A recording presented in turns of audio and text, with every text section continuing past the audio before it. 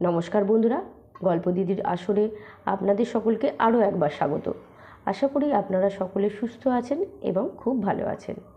বন্ধুরা, গল্প দিদির আসরের আজকের নিবেদন তারাশঙ্কর বন্দ্যোপাধ্যায় রচিত ছোট গল্প বেদেনী। শম্ভু বাজিকর এ মেলায় প্রতি বৎসর আসে। তার বসিবার স্থানটা মা কঙ্কালীর এস্টেটের খাতায় চিরস্থায়ী বন্দোবস্তর মতো কায়েমি হইয়া গিয়াছে। লোকে বলে বাজি, কিন্তু শম্ভু বলে ভোজবাজি, ছাড়কাজ।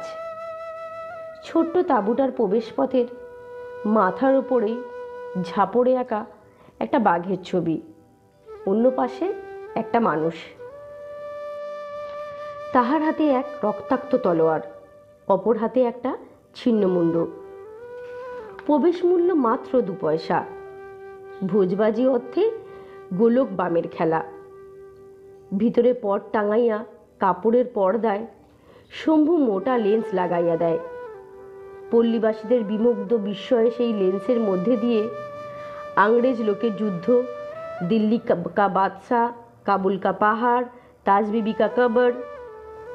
তারপর শম্ভু লোহার রিং লইয়া খেলা দেখায়। সর্বশেষে একটি পর্দা ঠেলিয়া দেখায় খাঁচায় বন্দি একটা চিতাবাঘ। বাঘটাকে বাহিরা আনিয়া তাহার উপরে শম্ভুর স্ত্রী রাধিকা বেদিনী চাপিয়া বসে। বাঘের সম্মুখে থাবা দুইটি ধরিয়া টানিয়া তুলিয়া আপন ঘাড়ের উপর চাপাইয়া মুখোমুখি দাঁড়াইয়া বাঘটাকে চুমা খায়। সর্বশেষে বাঘটার মুখের ভিতর আপনার প্রকাণ্ড চুলের খোপাটা পুড়িয়া দেয়। মনে হয় মাথাটাই বাঘের মুখের মধ্যে পুড়িয়া দিল। সরল পল্লীবাসীরা স্তম্ভিত বিস্ময়ে নিঃশ্বাস রুদ্ধ করিয়া দেখিতে দেখে করতালি দিয়া ওঠে। তাহার পরই খেলা শেষ হয়। দর্শকের দল বাহির হইয়া যায়। সর্বশেষ দর্শকটির সঙ্গে শম্ভু বাহির হইয়া আসিয়া আবার তাঁবুর দুয়ারে জয়ডাক পিটিতে থাকে, দুম দুম দুম। জয়ডাকের সঙ্গে স্ত্রী রাধিকা বেদিনী একজোড়া প্রকাণ্ড করতাল বাজায়, ঝন ঝন ঝন। মধ্যে মধ্যে শম্ভু হাঁকে, বাঘ, ওই বাঘ। বেদিনী প্রশ্ন করে, বড় বাঘ কি করে? পক্ষীরাজ ঘোড়া হয়, মানুষকে চুমা খায়, জ্যান্ত মানুষের মাথা মুখের মধ্যে পড়ে, কিন্তু খায় না। কথাগুলো শেষ করিয়াই সে ভেতরে গিয়া বাঘটাকে তীক্ষ্ণ অঙ্কুশ দিয়া খোঁচা মারে। সঙ্গে সঙ্গে বাঘটা বারবার গর্জন করিতে থাকে। তাঁবুর দুয়ারের সম্মুখে সমবেত জনতা ভীতপূর্ণ কৌতূহল কম্পিত বক্ষে তাঁবুর দিকে অগ্রসর হয়। দুয়ারের পাশে দাঁড়াইয়া বেদিনী 2টি করিয়া পয়সা লইয়া প্রবেশ করিতে দেয়। এছাড়া বেদিনীর নিজের খেলাও আছে। তাহার আছে একটা ছাগল, 2টা বাদর আর গোটা কতক সাপ। সকাল হইতে সে আপনার ঝুলি ঝাঁপি লইয়া গ্রামে বাহির হয় গৃহস্থের বাড়ি খেলা দেখাইতে, গান গাইয়া উপার্জন করিয়া আনে। এবার শম্ভু কঙ্কালীর মেলায় আসিয়া ভীষণ ক্রুদ্ধ হইয়া উঠিল। কোথা হইতে আরেকটি বাজির দল তাঁবু দিয়াছে। তাহার জন্য নির্দিষ্ট জায়গা অবশ্য খালি পড়িয়া আছে, কিন্তু এ বাজির তাঁবুটা অনেক বড় এবং কায়দা কারণে অনেক অভিনবত্বও আছে। বাহিরে 2টা ঘোড়া, একটা গরুর গাড়ির উপর একটা খাঁচা রইয়াছে। নিশ্চয়ই উহাতে বাঘ আছে। গরুর গাড়ি 3খানা নামাইয়া শম্ভু নতুন তাঁবুর দিকে মর্মান্তিক ঘৃণায় হিংস্র দৃষ্টিতে চাহিয়া দেখিল। তারপর আক্রোশ ভরা কণ্ঠে বলিল, শালা! তাহার মুখ ভীষণ হইয়া উঠিল। শম্ভুর সমগ্র আকৃতির মধ্যে একটা নিষ্ঠুর হিংসা ছাপ যেন মাখানো আছে। ক্রুদ্ধ নিষ্ঠুরতা পরিব্যঞ্জক এক ধরনের উগ্র তামাটে রং আছে। শম্ভুর দেহবর্ণে সে উগ্র তামাটের, আকৃতি দীর্ঘ, সর্বাঙ্গে একটা শিশিন কঠোরতা, মুখে কপালের নিচে একটা খাজ, সাপের মতো ছোট ছোট গোল গোল চোখ, তাহার উপর জন্তুর সম্মুখের দুটা দাঁত যেন বাঁকা হিংস্র ভঙ্গিতে অহরহ বাইরে জাগিয়া থাকে। হিংসায় ক্রোধে সে আরো ভয়াবহ হইয়া উঠিল। রাধিকাও হিংসায় ক্রোধে ধারালো ছুরি যেমন আলোকের স্পর্শে চকচক করিয়া ওঠে, তেমনি ঝকমক করিয়া উঠিল।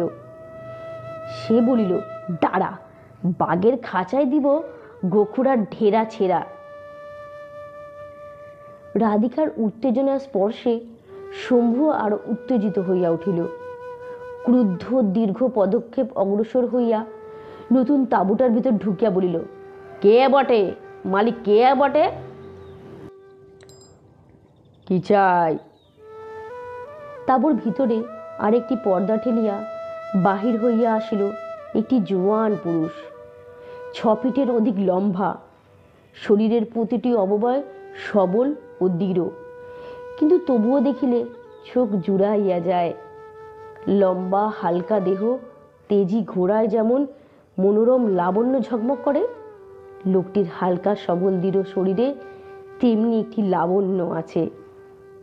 রংটা কালোই, নাকটি লম্বা টিকালো, চোখ সাধারণ, পাতলা ঠোঁট দুইটি উপর তুলি দিয়া আঁকা গোপের মতো একজোড়া গোপ করিয়া পাক দেয়া, মাথায় বাবরি চুল, গলার কানে ঝোলানো একটি সোনার ছোট্ট চাকার তক্তি।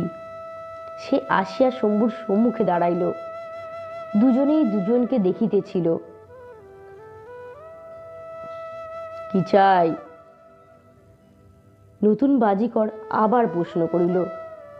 কথার সঙ্গে সঙ্গে মদের গন্ধে শম্ভুর নাকের নিচের বায়ুস্তর ভুরভুর করিয়া উঠিল। শম্ভু খপ করিয়া ডান হাত দিয়া তাহার বা হাতটা চাপিয়া ধরিল, বলিল, এ জায়গা আমার, আমি আজ 5 বছর এখানে বসছি। ছোড়াটিও খপ করিয়া আপন ডান হাতে শম্ভুর বা হাত চাপিয়া ধরিল, মাতালের হাসি হাসিল, বলিল, সে হবে, আগে মদ টুকচা। শম্ভুর পিছনে জল তরঙ্গ বাদ্যযন্ত্রের দ্রুততম গতিতে যেন গদ বাজিয়া উঠিল। বলিল, কটি বোতল আছে তোমার নাগর, মদ খাইবা? ছোকরাটি শম্ভুর মুখ হইতে পিছনের দিকে চাইয়া রাধিকাকে দেখিয়া বিস্ময়ে মোহে কথা হারাইয়া নির্বাক হইয়া গেল। কালো সর্পিণীর মতো ক্ষীণতনু দীর্ঘাঙ্গিনী বেদিনীর সর্বাঙ্গে যেন মাদকতা মাখা। তাহার ঘন কুঞ্চিত কালো চুলের মাঝখানে সাদা সুতোর মতো সিঁথিতে, তাহার ঈষৎ বঙ্কিম নাকে, টানা অর্ধ নির্মিলিত ভঙ্গির মদির দৃষ্টি দুটির চোখে, সুচালো চিবুকটিতে সর্বাঙ্গে মাদকতা। সে যেন মদিরার সমুদ্রে স্নান করিয়া উঠিল। মাদকতা তাহার সর্বাঙ্গ বহিয়া ঝরিয়া ঝরিয়া পড়িতেছে। মৌহা ফুলের গন্ধে যেমন নিঃশ্বাসে ভরিয়া দেয় মাদকতা, বেদিনীর কালো রূপও তেমনি চোখে ধরাইয়া দেয় একটা নেশা। শুধু রাধিকাই নয়, এই বেদে জাতের মেয়েদেরই একটা জাগতিক রূপ বৈশিষ্ট্য। এই বৈশিষ্ট্য রাধিকার রূপের মধ্যে একটা প্রতীকের সৃষ্টি করিয়াছে, কিন্তু মোহময় মাদকতার মধ্যে আছে খুরের মতো ধারের ইঙ্গিত। চারিদিকে হিংস্র তীক্ষ্ণ উগ্রতার আভাস। মোহমত্র পুরুষকে থমকিয়া দাঁড়াইতে হয়, ভয়ের চেতনা জাগাইয়া তোলে, বুকে ধরিলে হৃৎপিণ্ড পর্যন্ত ছিন্ন বিচ্ছিন্ন হইয়া যাইবে। রাধিকা খিলখিল হাসি থামে নাই। সে নতুন বাজিকরের বিস্ময় বিহুল নীরব অবস্থা দেখিয়া আবার বলিল, বা খাইরা গেল যে নাগরের। বাজিগর এবার হাসিয়া বলিল, বেদের বাচ্চা গো আমি, বেদের ঘরে অভাব, এসো। কথা সত্য, এই জাতিটি মদ কখনো কিনিয়া খায় না। ইহারা লুকাইয়া চোলাই করে, জেলেও যায়, কিন্তু তা বলিয়া স্বভাব কখনো ছাড়ে না। শাসন বিভাগে নিকট পর্যন্ত ইহাদের এই অপরাধটা অতি সাধারণ হিসাবেই লঘু হইয়া দাঁড়াইছে। শম্ভুর বুকখানা নিঃশ্বাসে ভরিয়া এতখানি হইয়া উঠিল। আহ্বানকারীও তাহার স্বজাতি, নতুবা? সে রাধিকার দিকে ফিরিয়া কঠিন দৃষ্টিতে চাইয়া বলিল, তুই আইলি কেন এখানে? রাধিকা এবারও খিলখিল করিয়া হাসিয়া বলিল, মরণ তোমার, আমি মদ খাওয়ালাই। তাঁবুর ভিতর ছোট্ট একটা প্রকোষ্ঠের মধ্যে মর্দের আড্ডা বসিল। চারিদিকে পাখির মাংসের টুকরা টুকরা হাড়ের কুচি ও একরাশি মুড়ি ছড়াইয়া পড়িয়া আছে। একটা পাতায় এখনো খানিকটা মাংস, আর একটায় কতগুলো মুড়ি, লঙ্কা, খানিকটা নুন, দুটি খালি বোতল গড়াইতেছে। একটা বোতল অর্ধ সমাপ্ত।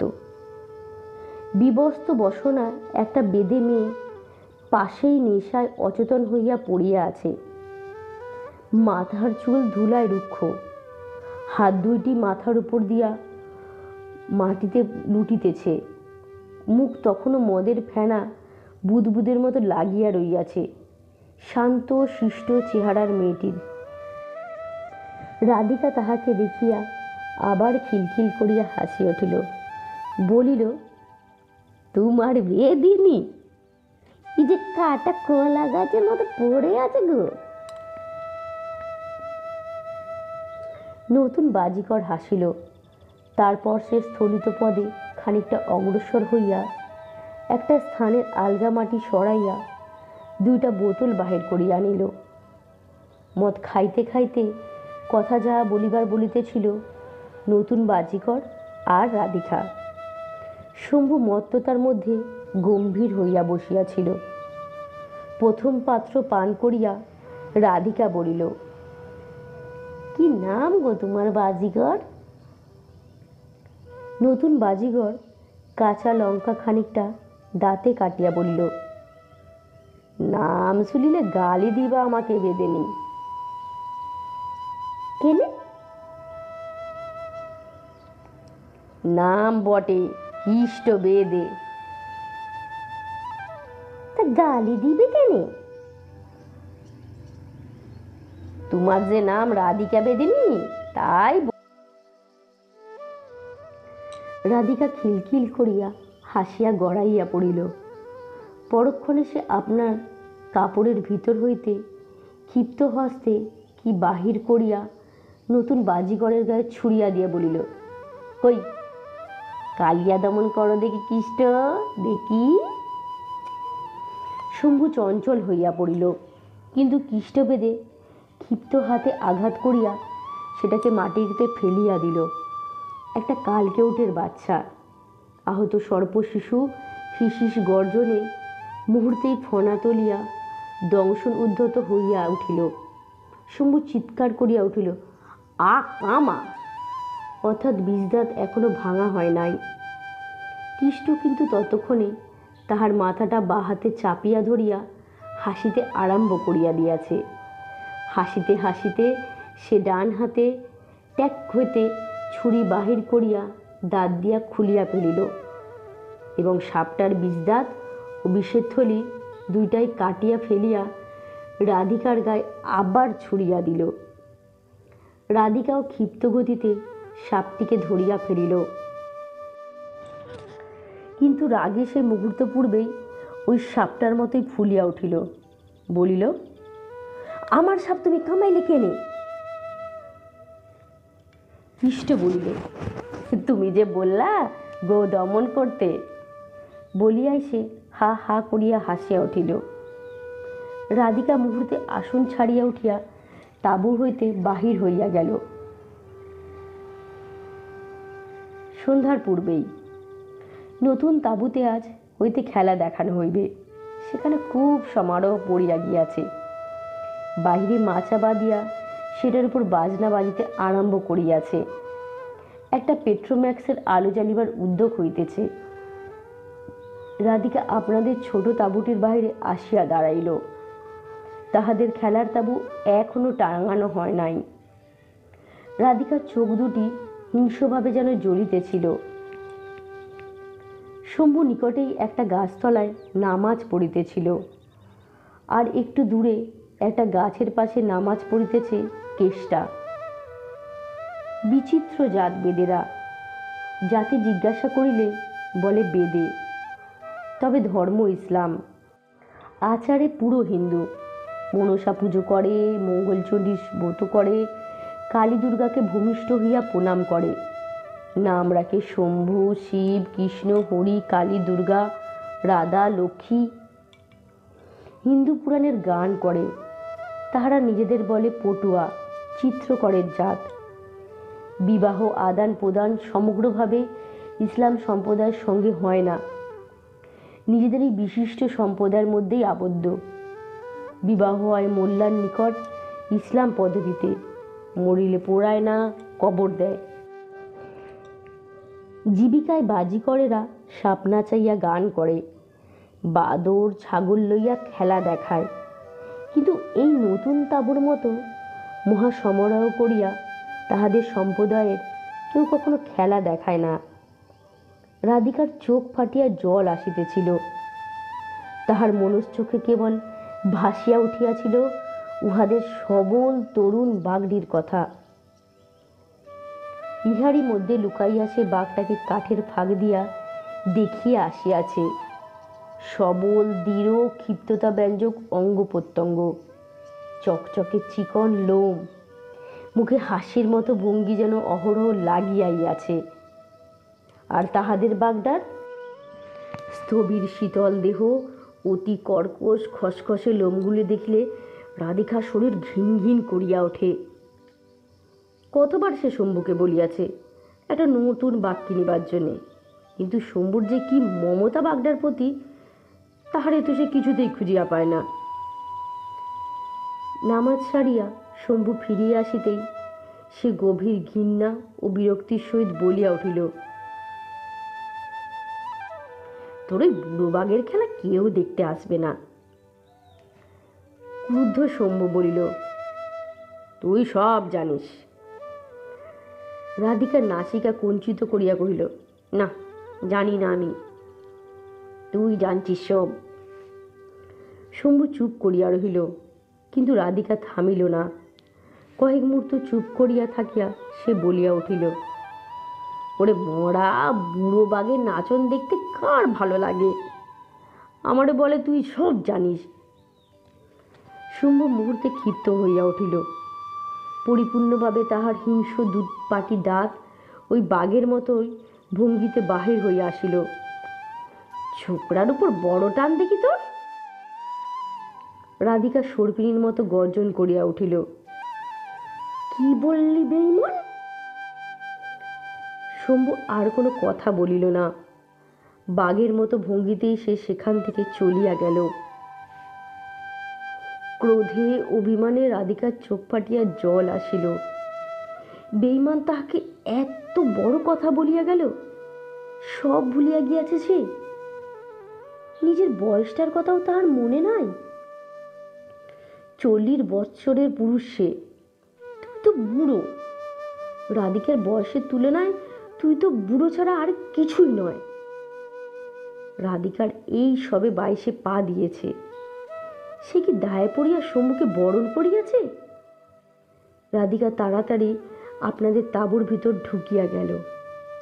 সত্য কথা, সে আর 5 বৎসর আগেকার ঘটনা। রাধিকার বয়স তখন 17। তাহার 3 বৎসর পূর্বে শিবপদ বেদের সহিত তাহার বিবাহ হইয়াছিল। শিবপদ ছিল রাধিকার চেয়ে বৎসর 3 বড়। আজও তাহার কথা মনে করিয়া রাধিকার দুঃখ হয়। শান্ত প্রকৃতির মানুষ, কোমল মুখশ্রী, বড় বড় চোখ। সে চোখের দৃষ্টি যেন মায়াবীর দৃষ্টি। সাপ, বাদর, ছাগল এসবে তার আসক্তি ছিল না।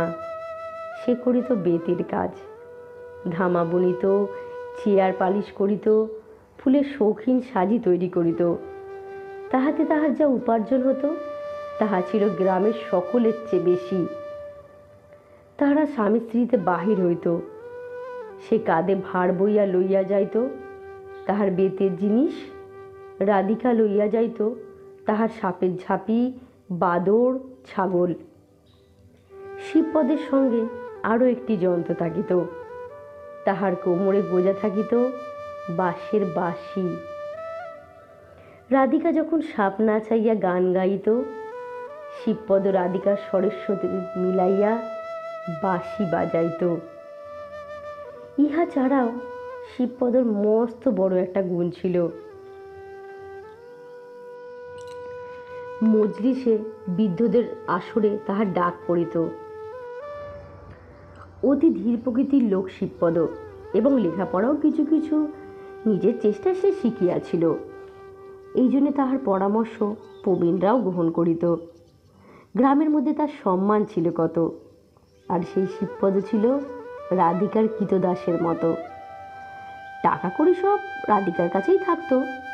তাতে বোনা কালো রঙের জমির উপর সাদা সুতোর ঘন ঘরকাটা শাড়ি পরিতে রাধিকা খুব ভালোবাসিত। শিবপদ 12 মাসই সেই কাপড়ই তাকে পরাইয়াছে।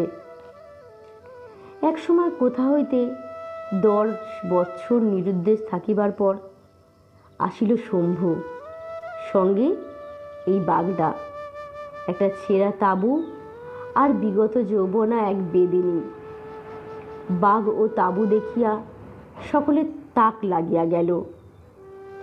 রাধিকা প্রথম যেদিন শম্ভুকে দেখিল, সেদিনের কথা তাহার আজও মনে আছে।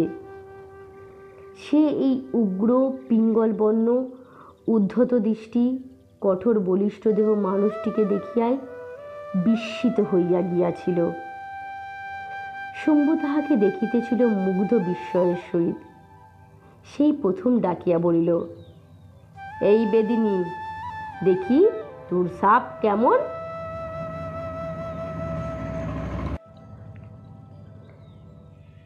রাধিকারও কি যে হইয়াছিল, সে ফিক করিয়া হাসিয়া বলিয়াছিল, শখ দেখি যে খুব, পয়সা দিবা? বেশ মনে আছে, শম্ভু বলিয়াছিল, পয়সা দিব না, তুই সাপ দেখালে আমি বাঘ দেখাবো। বাঘ? রাধিকা বিস্ময়ে স্তম্ভিত হইয়া গিয়াছিল। কি লোকটা! যেমন অদ্ভুত চেহারা, তেমনই অদ্ভুত কথা। বলে বাঘ দেখাইবে? সে তাহার মুখের দিকে তীক্ষ্ণ দৃষ্টিতে চাইয়া বলিয়াছিল, সত্যি বলছ? বেশ, দেখ, আগে আমার বাঘ দেখ। সে তাহাকে তাঁবুর ভিতর লইয়া গিয়া সত্যই বাঘ দেখাইয়াছিল। সবিস্ময়ে তাহাকে প্রশ্ন করিয়াছিল, হ, বাঘ নিয়া তুমি কি করো? লড়াই করি, খেলা দেখাই। হ্যাঁ হ্যাঁ, দেখবি তুই? বলিয়া সে সঙ্গে সঙ্গেই খাঁচা খুলিয়া বাঘটাকে বাহির করিয়া তাহার সামনে 2 থাবা 2 হাতে ধরিয়া বাঘের সহিত মুখোমুখি দাঁড়াইয়াছিল। বেশ মনে আছে রাধিকার। রাধিকা বিস্ময়ে হতবাক হইয়া গিয়াছিল। শম্ভু বাঘটাকে খাঁচায় ভরিয়া রাধিকার সম্মুখে দাঁড়াইয়া বলিয়াছিল,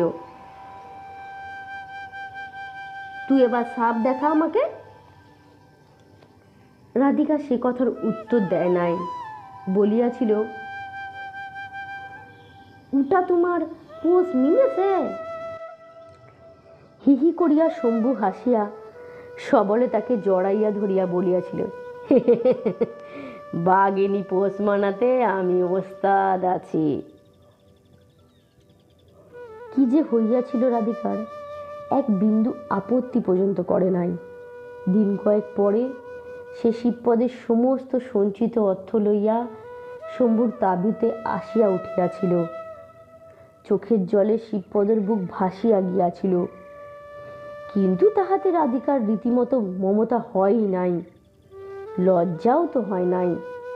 ঘৃণায় বিতরাগে তাহার অন্তর রি করিয়া উঠিয়াছিল। রাধিকার মা বাপ গ্রামের সকলে তাহাকে ছি ছি করিয়াছিল, কিন্তু রাধিকা তাহা গ্রাহ্য করে নাই। সেই রাধিকার আনিত শিবপদের অর্থেই শম্ভুর এই তাঁবু ও খেলার জন্য সরঞ্জাম কেনা হইয়াছিল। সেই অর্থ আজ নিঃসচ্ছিত হইয়া আসিয়াছে। দুঃখেই দিন চলে আজকাল। শম্ভু যা রোজগার করে সবই নেশায় উড়াইয়া দেয়, কিন্তু রাধিকা একটি দিনের জন্য দুঃখ করে নাই। আর বেঈমান কিনা এই কথা বলিল। সে একটা মদের বোতল বাহির করিয়া বসিল। ওদিকে নতুন তাঁবুতে আবার বাজনা বাজিতেছে। দুসরা দফায় খেলা আরম্ভ হইবে।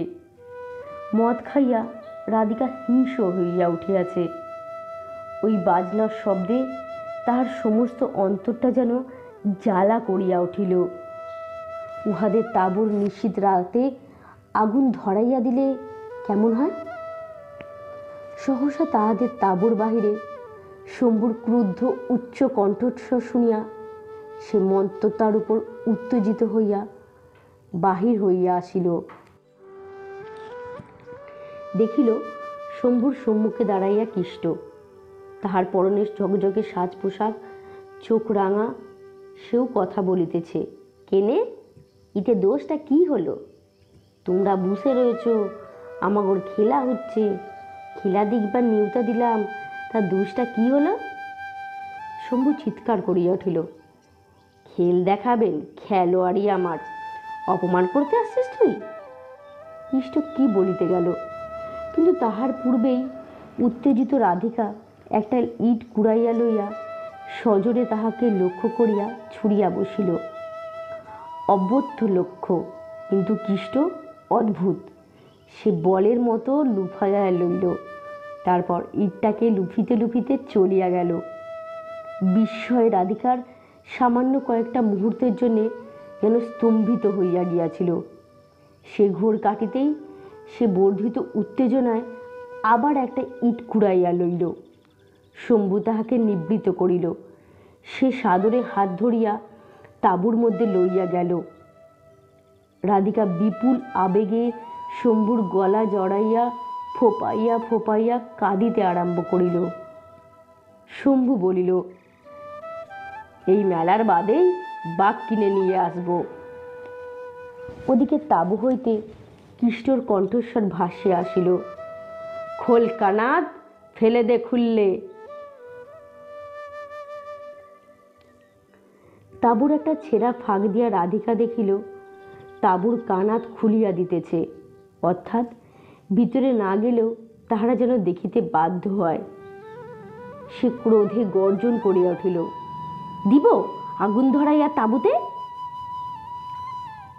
শম্ভু গম্ভীর হইয়া ভাবিতেছিল। কিষ্ট চলন্ত ঘোড়ার পিঠে দাঁড়াইয়া কসরত দেখাইতেছে। রাধিকা একটা গভীর দীর্ঘশ্বাস ফেলিয়া বলিল, নতুন খেলা কিছু বার করো তুমি, নইলে বদনামি হইবে, কেউ দেখবে না আমাগর খেলা। শম্ভু দাঁতে দাঁত চাপিয়া বলিল,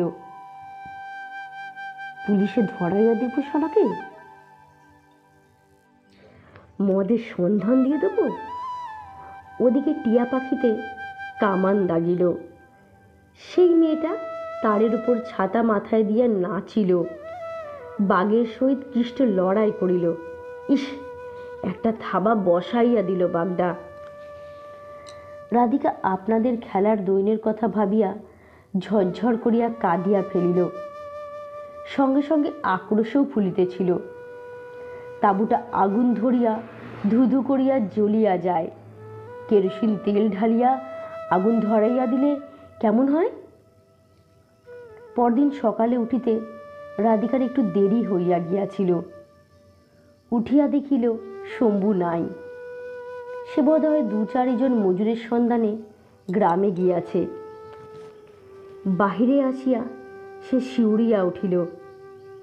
কিষ্টর তাঁবুর চারিপাশে পুলিশ দাঁড়াইয়া আছে। দুয়ারে একজন দারোগা বসিয়া আছেন।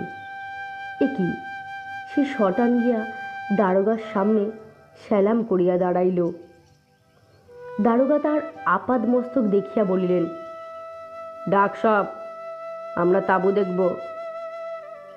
আবার সেলাম করিয়া বেদিনী বলিল, কি কসুর করলাম হুজুর? মদ আছে নাকি তাই দেখব। ডাক বেটা ছেলেদের, এখান থেকেই ডাক। রাধিকা বুঝিল দারোগা তাহাকে এই তাঁবুরই লোক ভাবিয়াছে, কিন্তু সে তাহার ভুল ভাঙাইল না। সে বলিল, ভিতরে আমার 25 ছেলে রয়েছে হুজুর। আচ্ছা, ছেলে নিয়ে আসতে পারো তুমি, আর ডেকে দাও পুরুষদের। রাধিকা দ্রুত তাঁবুর মধ্যে প্রবেশ করিয়া সেই জায়গাটা আলগা মাটি সরাইয়া দেখিল 3টে বোতল এখনো মজুত রয়েছে। সে একখানা কাপড় টানিয়া লইয়া ভাঁজ করিয়া বোতল 3টাকে পুড়িয়া ফেলিল এবং সুকৌশল এমন করিয়া বুকে ধরিল যে শীতের দিনে সযত্নে প্রস্তাবিত অত্যন্ত কচি শিশু ছাড়া আর কিছুই মনে হবে না। তাঁবুর মধ্যে কিষ্ট অঘোরে ঘুমাইতেছিল। পায়ে ঠেলা দিয়া রাধিকা বলিল, পুলিশ আইছে, বসে রয়েছে দুয়ারে, উঠে যাও। সে অকম্পিত সংযত পদক্ষেপে স্তন্যদানরত মাতার মতো শিশুকে যেন বুকে ধরিয়া বাহিরে লইয়া গেল। তাহার পিছনে পিছনে কিষ্ট আসিয়া দারোগার সম্মুখে দাঁড়াইল। দারোগা প্রশ্ন করিলেন, এ তাঁবু তোমার? সেলাম করিয়া কিষ্ট বলিল, জি হুজুর।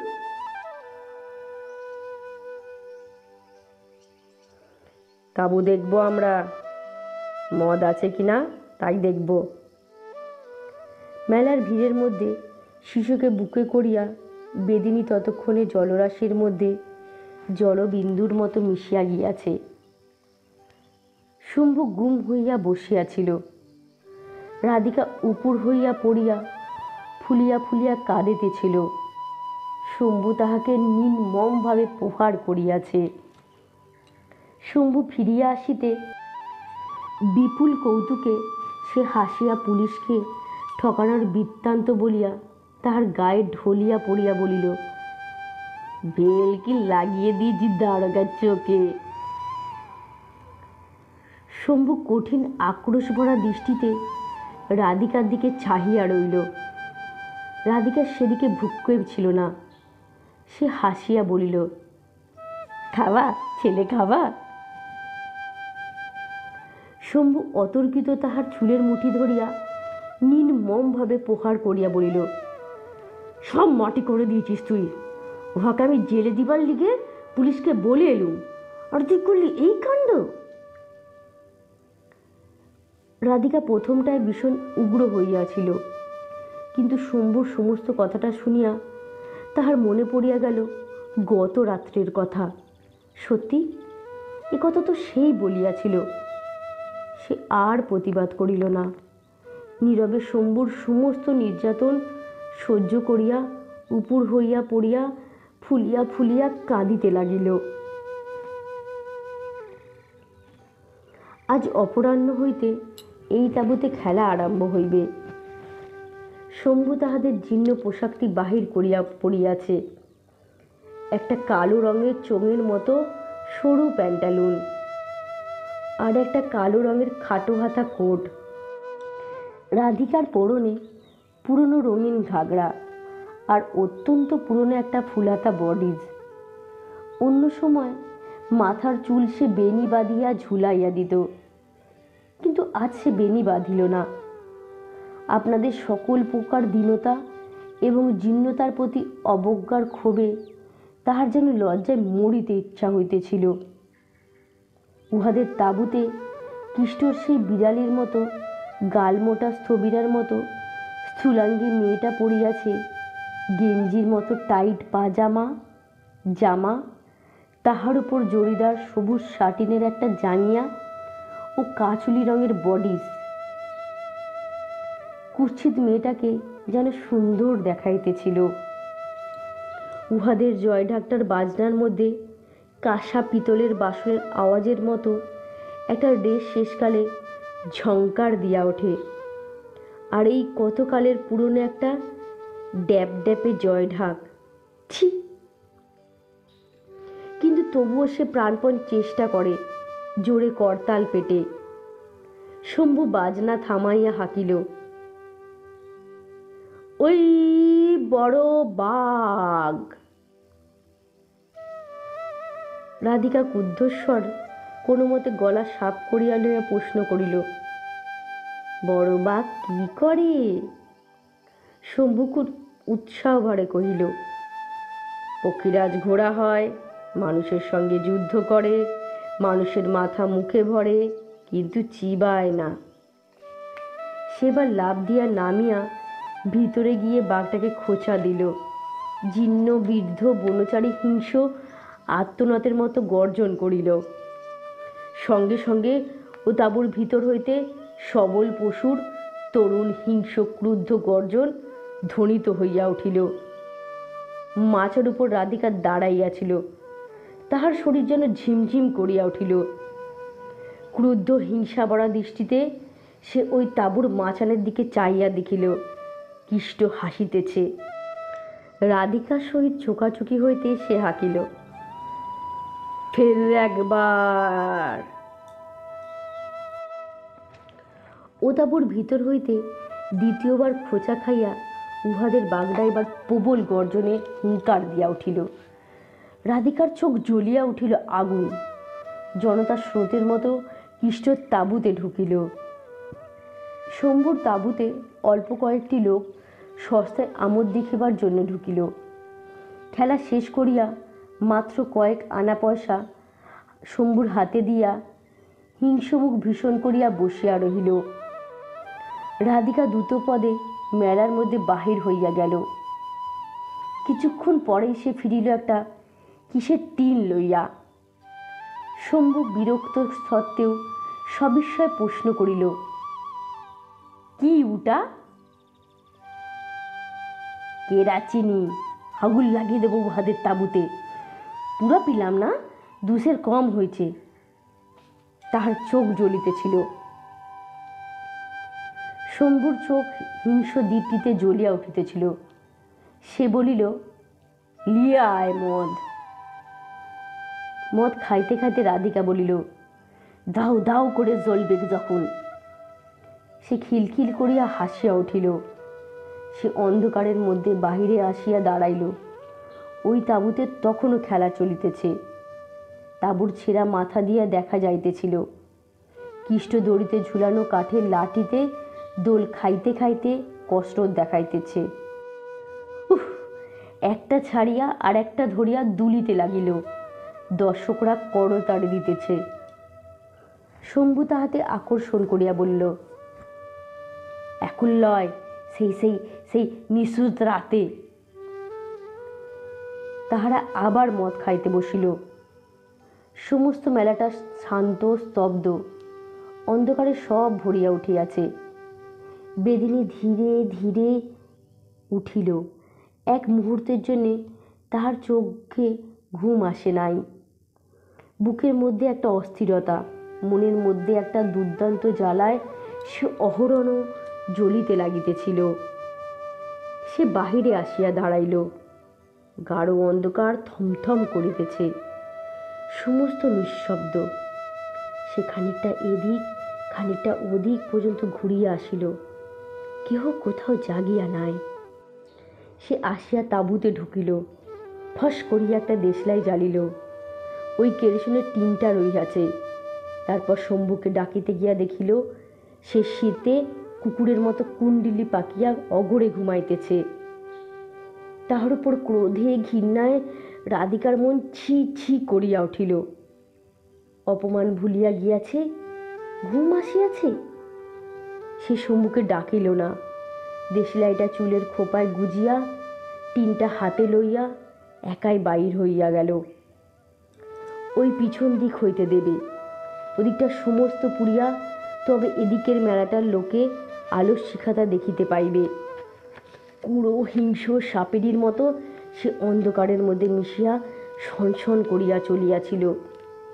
পিছনে আসিয়া টিনটা নামাইয়া হাঁপাইতে আরম্ভ করিল। চুপ করিয়া বসিয়া সে খানিকটা বিশ্রাম করিয়া লইল।